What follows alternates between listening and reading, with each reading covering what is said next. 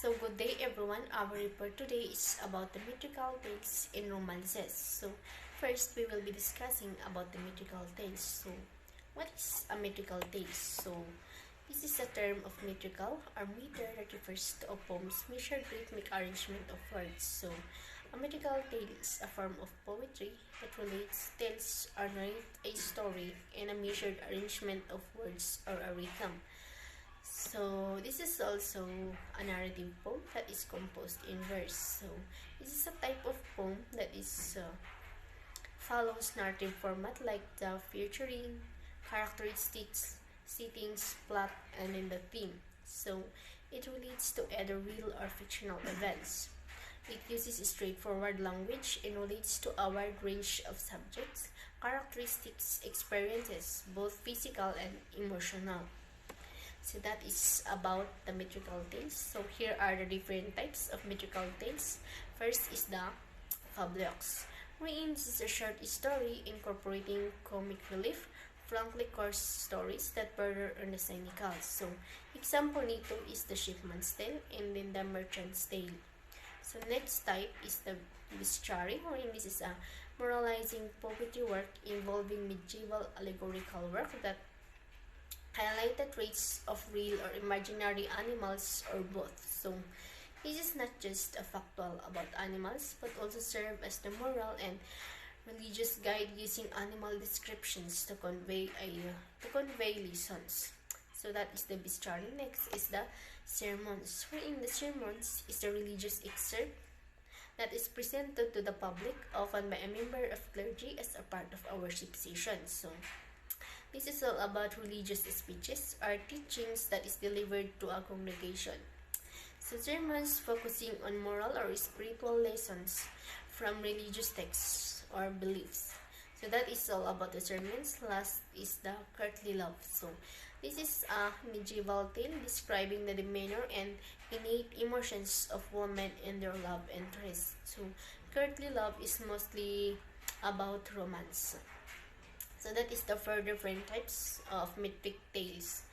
So next, let us move on to the Canterbury Tales by Geoffrey Chaucer. So the Canterbury Tales is the famous example of metrical tale by Geoffrey Chaucer that is written in Middle English in 1387 to 1400s.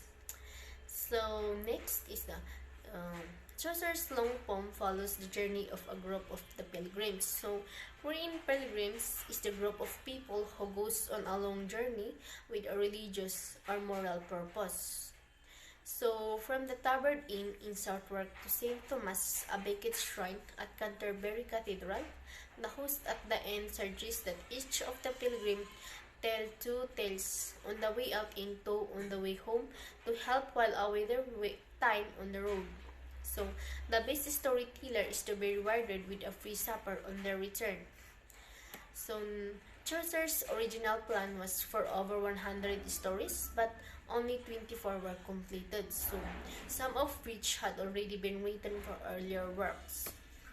So, here are the 24 tales that Canterbury consists. So, first is the Knight's Tale, the Miller's Tale, the Rave's Tale, the Cook's Tale, the Man of Laws, the Wife of Pats, the Friars, the Summoners, the Clerks, the Merchants, the Squires, the Franklins, the Second Nuns, the Canons Humans, the Physicians, the Pardoners, the Shipmans, the Priors, the Tale of Sir Thopas, the Tale of Melibius, the Monks, the Nuns Praised, the Municipals, the Parson's Tale, and ends with Chaucer's destruction. So that is the 24 tales. But not all of these are complete. Several of them contain their own prologues or epilogues. So that is the 24 tales that the Canterbury consists. So I will going to share a short summary sa Canterbury Tales. Okay, so at the Tabard Inn in Southwark near London, Geoffrey Chaucer joins the group or the company of the 29 pilgrims, wherein they are traveling to the shrine of the martyr Saint Thomas Becket in Canterbury. So They are traveling to visit the holy shrine of Saint Thomas Becket. So the host in that shrine, Saint Thomas, suggests that the group of pilgrims will share a two tales with one another. So whomever he judges to be the best storyteller will receive a free meal when they return. So the pilgrims started to share a tales a tales. So the first one is the Knight's Tale. So sa Knight's Tale na ito is there are two imprisons for violating all local norms. So they are Palamon and Arsites, wherein they were both fall in love with Emilie. Wherein Emilie is the sister of Hippolyta. Hippolyta is the queen of the Amazons, who is married to their captor Theseus. So a tournament is held which Palamon and Arcite must compete for Emilia's hand. So, naglaban sina Arcite at Palamon hanggang sa manalo si Arcite. Pero namatay si Arcite dahil sa aksidente. So, yung pinakasalan ni Emilia at the end is si Palamon. Yun ang summary ng The Knight's Tale. So, ang mga pilgrims ay nagtuloy-tuloy na mag-share ng kanilang tales hanggang sa matapos silang nag-share. So, kung gusto niyo pang malaman uh, yung ibang tales na share ng mga pilgrims is, we will send you the summary and then you will going to read it. So, let's move on to the major characteristics of the Canterbury Tales. For the story of Canterbury Tales, there are 10 characters. One is the author, Chaucer. He displays himself as one of the characters of Canterbury Tales. And then second, the knight, a significant character who appears to be ahead in the social hierarchy as well as in the storytelling. His narrative is full of his military exploits, considered insignia of bravery and courage during this time, or during the medieval time. And then third, the wife of Bath. She is the second significant character that her appearance shows her lascivious nature, which is another evidence of her immorality. And then fourth, the miller. He represents a common greedy. His broad chest and shoulders demonstrates his lusty nature. And then fifth, the parson, one of the respected characters in the Canterbury Tales. And then the parson demonstrates patience and virtuosity. And then sixth is the pardoner. It represents marginality, showing dubiousness. And then seven, the host. The host is Lysis kind of a central character among the pilgrims. And then eight, the merchant. He represents the trading class involved in financial manipulation through lending and borrowing. And then nine, the clerk. A good character that clerks falls very low in the hierarchy of the Christian order, showing the sincerity and pious nature of his class. And then lastly, the sergeant of law, a professional lawyer and highly social person. Next is the metrical romances. A metrical romance or chivalric romance is a type of narrative poem which typically centers on courtly love, knights, and chivalric deeds. Also, metrical romance is a kind of poetry dealing with the emotions or phase of life, and the story is told in a simple, straightforward, and realistic manner. They quite often contain an element of mystery and the supernatural, a popular form of entertainment from the Middle Ages until the 19th century, when the prose romance, already established in the previous century, gradually superseded. Metrical romances do not need to have a consistent rhyme or meter, although some do. And some of the finest examples among metrical romances are we have The Paradise Lost by John Milton, The Rime of the Ancient Mariner by Samuel Coleridge, Sonnets from the Portuguese by Elizabeth Barrett Browning, The Emigrants by Charlotte Turner Smith, The Corsair by George Gordon Byron or Lord Byron, Lady of Shalott by Alfred Lord Tennyson. Moving on with the King Arthur in his Knight of Round Table by the author Roger Lancelin Green. This story is all about Arthurian legends, wherein it starts with young Arthur's journey of becoming the great king of Britain. After he pulls the great sword, which is called Excalibur, in a stone. And after that, he creates the round table.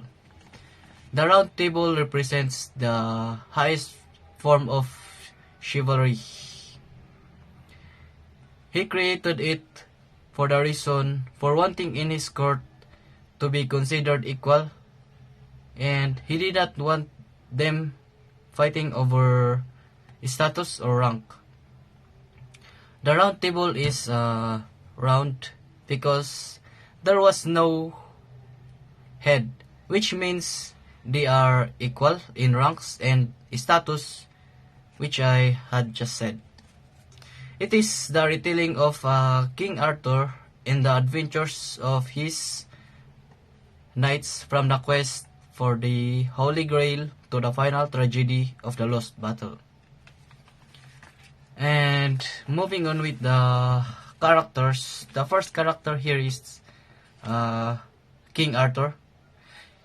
He is the main protagonist of the story in the King Arthur in his Knight of the Round Table. He was appointed as king by his father, Arthur Pendragon, but his right for the throne was established when he pulled the sword Excalibur from a stone. He strengthened his kingdom by fighting off would-be rivals, and founded the round table, wherein all knights are just as I said, they are equal in ranks, and this symbolizes equality, unity, and oneness. The second character here is Merlin. He is the one who engineers the birth of Arthur through magic and intrigue. He is the advisor and distant protector of Arthur to ride Albion under one high king. And next character is Guinevere. She is King Arthur's wife.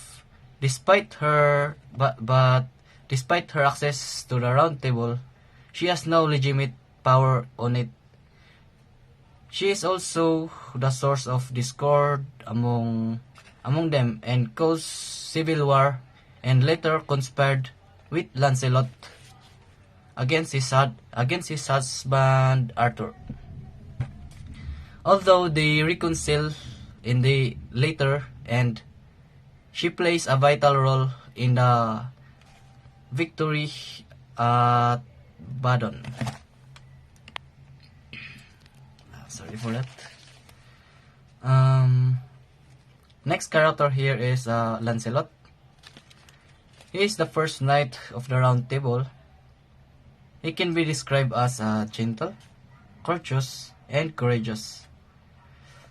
It was his love for Queen Guinevere which leads to the confrontation where he mistakenly killed Sir Gareth, one of the member of the Round Table. Ultimately, this leads to the disbandment of the Round Table. And next character here is Morgan Le Fay, which is portrayed as witch and can change shape. She is the greatest enemy of Arthur, scheming to usurp his throne. However, like Guinevere, she eventually reconciled with him, retaining her original role at taking Arthur on his final journey to Avalon. And next character here is Mordred. He was the illegitimate son as well as nephew of King Arthur. He saved Arthur's life and was made a knight of Camelot. Mordred, just like other characters, betrayed Arthur for trying to usurp his throne, and launched a battle leading to them both of their demise. And second to last character is Arthur Pendragon. He is the father of King Arthur. He was smitten by Igraine, who had a husband, but with the help of Merlin's magic, he sneaks into her bed and satiates his desire for Igraine. And last but not the least character is Igraine. He is the mother of King Arthur and the former wife of the late Duke of Cornwall. And with Arthur Pendragon and Igraine, it starts the legend of King Arthur. And if you want to know more about the character, please read the summary we have sent. Next, I will be presenting to you the summary of the tale of King Arthur and the Knights of the Round Table.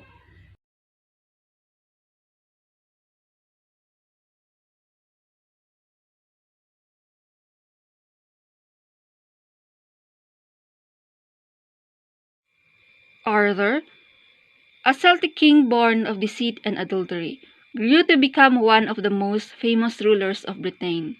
He was a warrior, a knight, and a king who killed giants, witches, and monsters, and led a band of heroes on many daring adventures.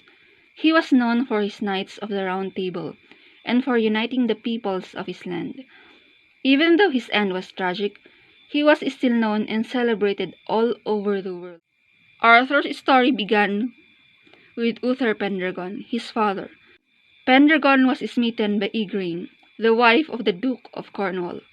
Disguising himself as Igraine's husband, he sneaked into her bed and she conceived Arthur. Merlin the wizard raised Arthur away from his parents. It was Merlin who had designed for Arthur's father, Uther, a great round table at which 150 knights could sit.